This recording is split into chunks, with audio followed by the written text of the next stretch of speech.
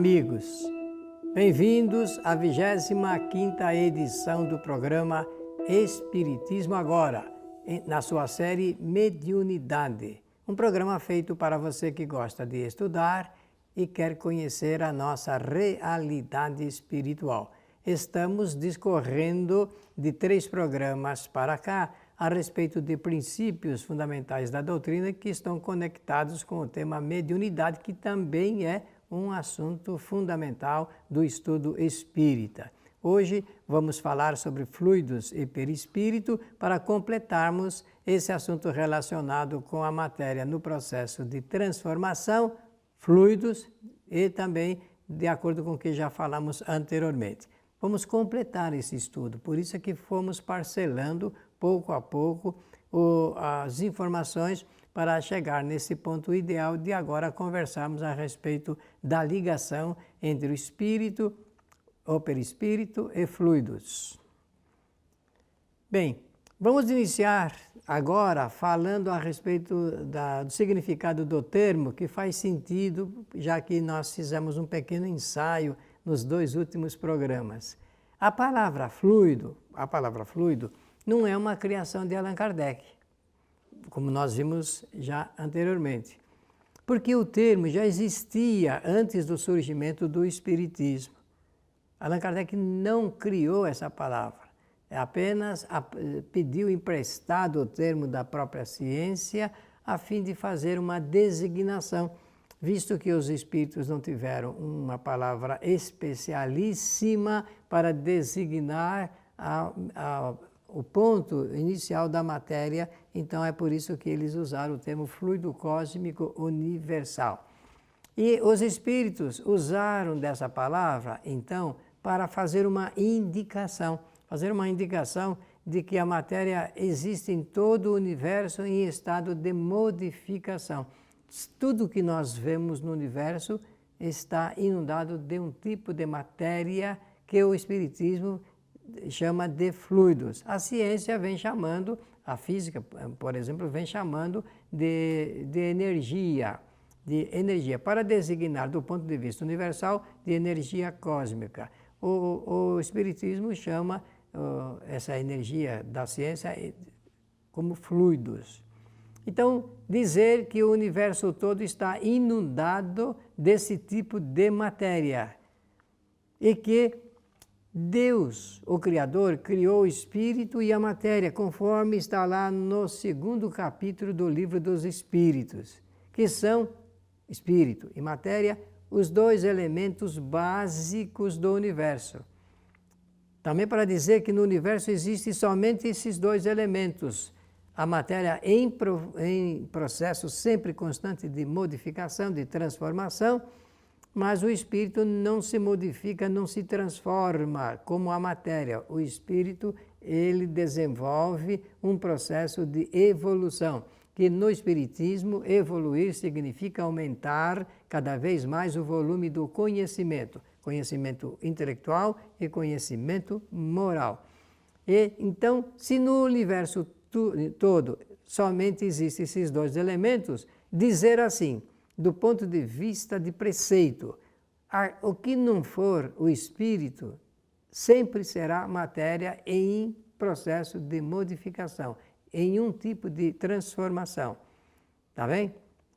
Somente 2 elementos, espírito e a matéria. O que não é espírito é matéria.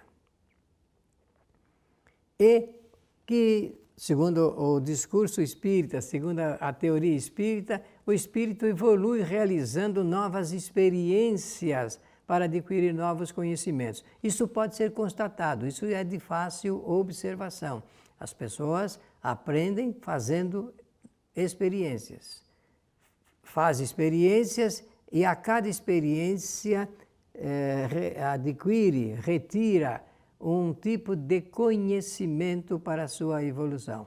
Uma hora conhecimento intelectual e hora conhecimento moral. Lembrando que conhecimento moral significa estabelecimento de regras para o relacionamento do espírito com seus semelhantes.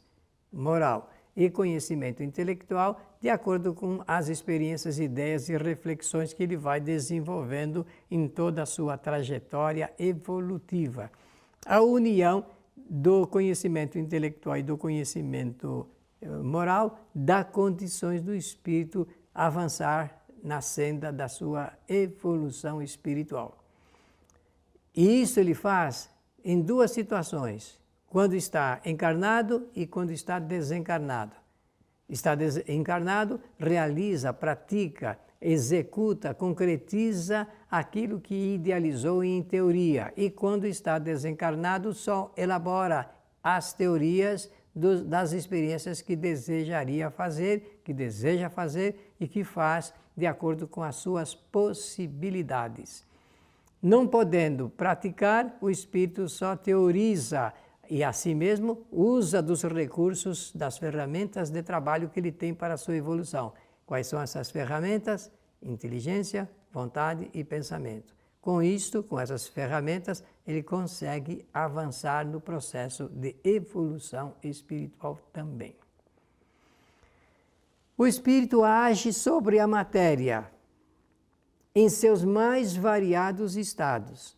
Agora, voltar, fazer uma lembrança do que falei anteriormente, por necessidade, deixei um pouco em aberto para criar possibilidade depois de fecharmos esta questão, este pensamento. No Livro dos Espíritos, Allan Kardec faz uma determinada pergunta que leva o número 541.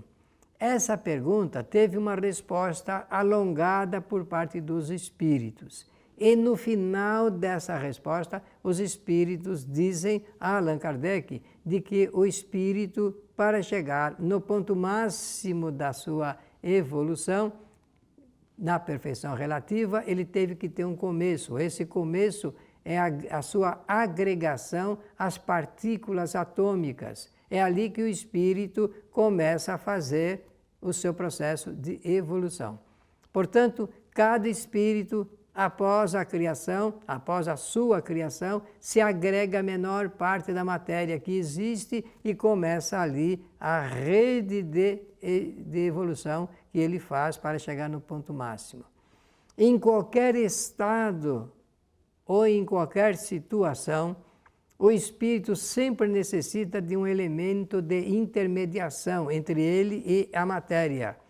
Esse elemento de intermediação, o Espiritismo chama de perispírito. Nós já vimos seu significado, sua origem anteriormente, mas agora vamos tocando mais pormenorizadamente no assunto para nos ajudar no enriquecimento do nosso conhecimento sobre a matéria.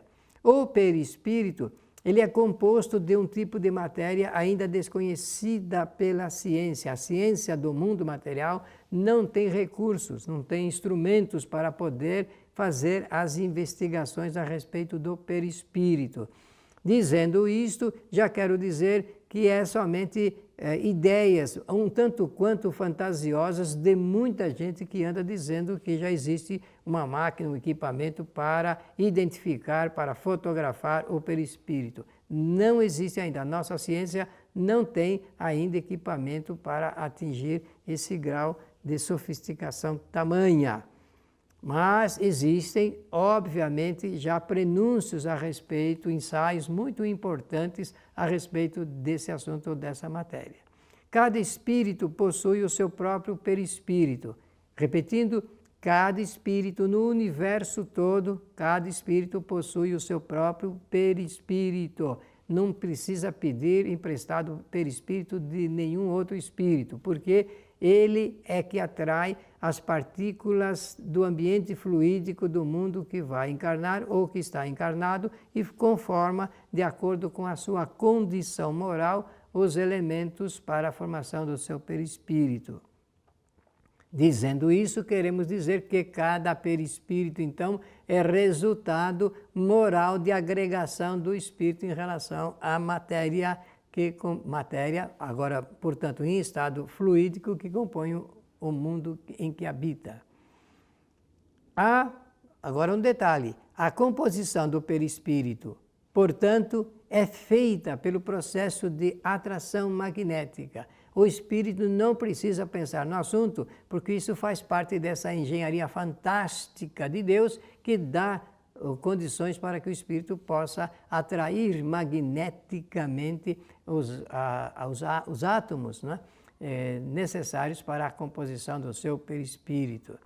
A condição moral é fator determinante. No programa anterior, falei muito rapidamente de que o nosso corpo é constituído de 101 elementos químicos. A ciência diz isso, demonstra isso, comprova isso. Agora, do ponto de vista perispiritual, cada espírito atrai moralmente, né, atrai magneticamente os elementos para a formação do seu perispírito. Portanto, os nossos corpos são todos iguais do ponto de vista da composição química, mas os nossos perispíritos não são iguais, porque depende da condição moral de cada um.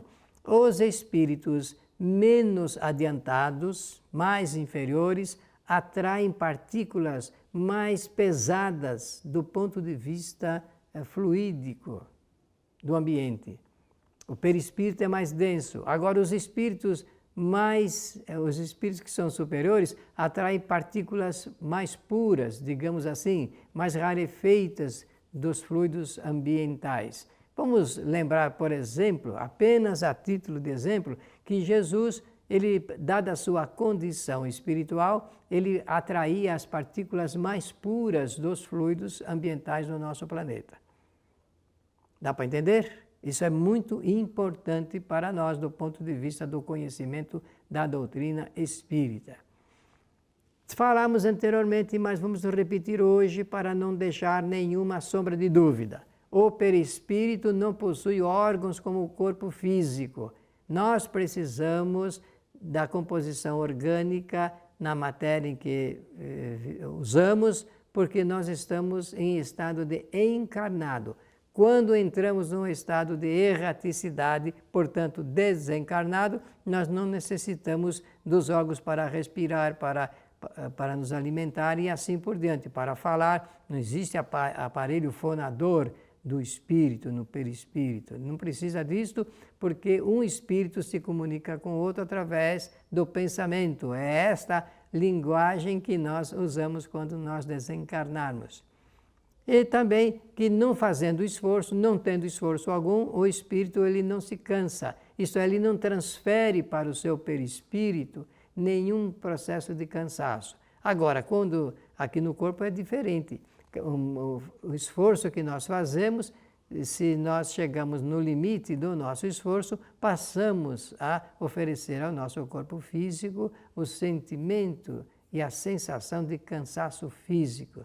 O espírito não se cansa, mas é comum a gente falar, olha, eu estou muito cansado. Quando nós dizemos isso, nós queremos dizer, eu, espírito, não estou cansado, mas o meu corpo que eu usei para tal tarefa, sim, é ele que está cansado e precisa se refazer das energias gastas. Isso que eu falei, se você quiser conferir, abra o Livro dos Espíritos e procure lá na questão 254. É o indicativo para que você possa entender como é que o Espiritismo, como que é a doutrina espírita, explica essa situação do espírito depois da sua desencarnação.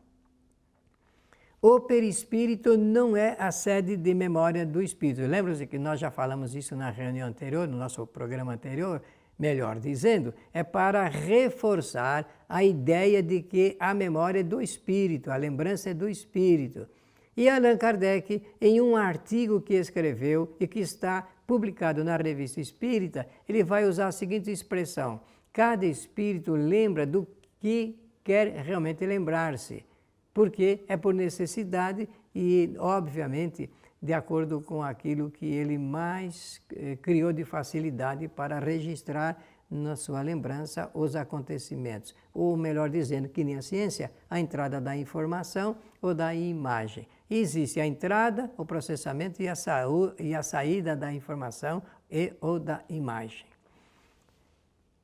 Pela sua atenção, nós queremos agora agradecer muito o que vem prestando ao nosso programa e pedir que escreva para Espiritismo Agora, a série Mediunidade. Você está lendo aí o nosso endereço, faça a sua interatividade aqui conosco também, mesmo que seja depois da apresentação do programa.